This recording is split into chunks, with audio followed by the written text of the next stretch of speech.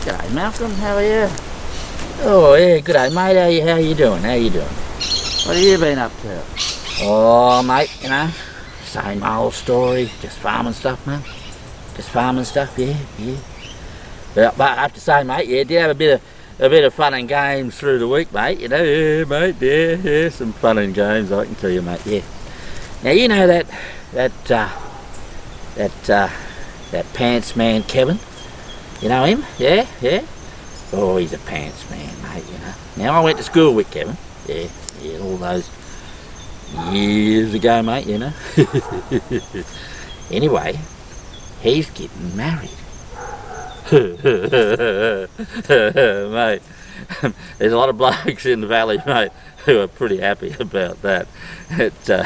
Pants man Kevin's getting married, mate. Yeah, and nobody thought that would ever happen, you know. He's such a pants man, mate, you know. But anyway, he's getting married, you know. Somebody's roped him, mate. Yeah. Right? So anyway, he's going to have a bucks night. And he invites me along and a whole lot of other blokes, you know. We go along to the local pub, mate, yeah. Local pub, they've got like a room out the back or where they hold a few bit of music stuff and that, mate, you know. And we go along, you know, and all the blokes are telling tall tales about Kevin, mate, and his adventures, you know. one of them, mate. Yeah. He got pulled over by the coppers one night, mate, and all he's got on is like a feed bag, mate. He tore the corners out and a slit in it, and that's all he had on was his feed bag, mate. Hessian feed bag. Mate, you know, he got sort of caught a little bit and had to make a quick exit out the window without his pants, mate. Pants man Kevin without his pants, mate, yeah. Anyway, mate, they sort of were telling tales like that, you know, and everyone's enjoying themselves pretty well, mate, you know, and anyway, then a couple of blokes wheel in this trolley, mate. It's got this big, well, it looked like a cake, mate. It was made of cardboard, but it looked like a cake, you know. And some music starts blaring, mate, you know. And then the cake collapses, mate, and here's this girl, mate, stripper, you know. She's got balloons all over her, mate, just balloons. She's just like a great big Michelin man, mate, you know. And she jumps up on the stage, mate, she's doing a jig, mate, to the music. You know, she's dancing around and spruiking and what have you. All the blokes are cooing and carried on. Well, she's got a bit of a pin in her hand, mate. Every now and then, she sort of pops a balloon, mate, you know. Mate, you know, so she's slowly sort of running out of balloons, you know. Well, she's fair way into the dance, mate, and popping balloons and what have you, and just out of the corner of my eye, mate, I spots George walk in. Now, he's the local copper, mate, you know. Now, he didn't have his hat on, so, you know, it wasn't an official thing.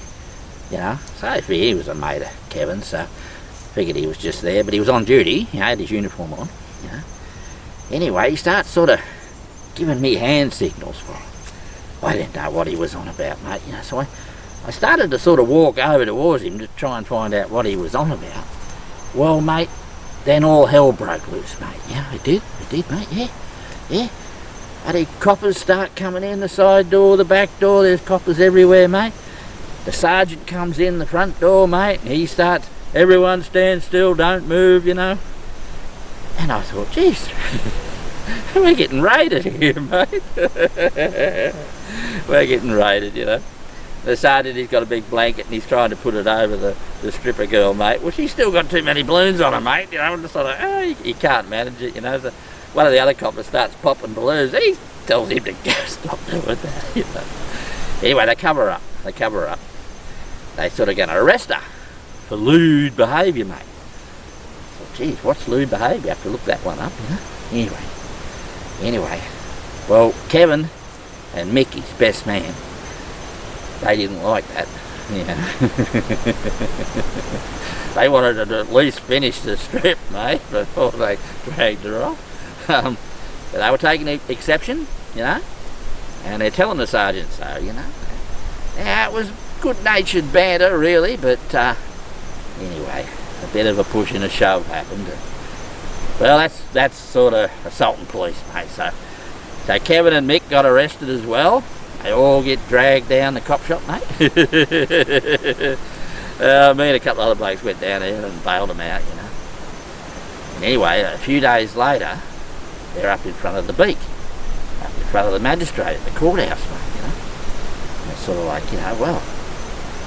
Now, the reason all this happened, the reason that the raid happened was because years ago, Kevin had a bit of a dalliance with what was then the girlfriend of the sergeant. Now they're married now, you know. But the sergeant, you know, the copper sergeant, he's always held a bit of a grudge for old Kevin, mate, you know. So that's why the raid happened in the first place, mate. It was nothing to do with lewd behaviour or anything like that. Anyway, we get to the, you know, get up to the, in front of the beak. Yeah, we're all saying it was just good-natured banter and what have you. But anyway, this is a country town, mate, you know. The beak, well, he's the second cousin of Kevin. So all Kevin and Mick got, and the stripper girl, all they got was a small fine and don't do that again, you know. The sergeant, he wasn't a happy chappy, mate, you know. So this weekend is Kevin's wedding, and well, a lot of relieved blokes to see that happen. You know, it should be an interesting thing. Anyway, mate, I better get on and let you get on with your filming. Alrighty, mate. I'll see you around, mate. Yep.